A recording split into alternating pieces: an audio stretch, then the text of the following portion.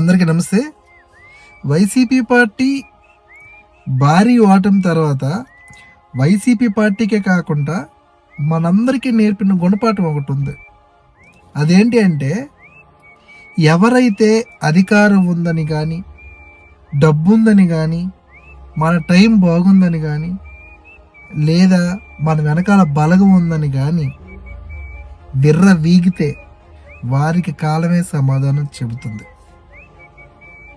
For example, last ఎలక్షన్స్లో భారీ మెజారిటీతో గెలిచిన టీడీపీ, జనసేన, బీజేపీ ఈ పార్టీల్లో ఎవరినైనా చూడండి, ఈవెన్ చంద్రబాబు గారు కానీ, పవన్ కళ్యాణ్ గారు కానీ, మా మినిస్టర్ సంజయ్ రాణి గారు కానీ, ఇలా ఎవరిని చూసినా ఎవరి ముఖంలో ఒక అహంకారం కానీ, అహంభావం కానీ, గెలిచామనే పొగరు కానీ అదేం కనబడట్లే.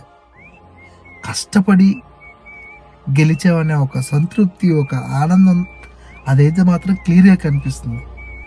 వైసీపీ ఓటమికే కాదు, ప్రతి ఒక్కరూ వాళ్ళ జీవితంలో ఓడిపోవడానికి కారణాలు కూడా ఇవే.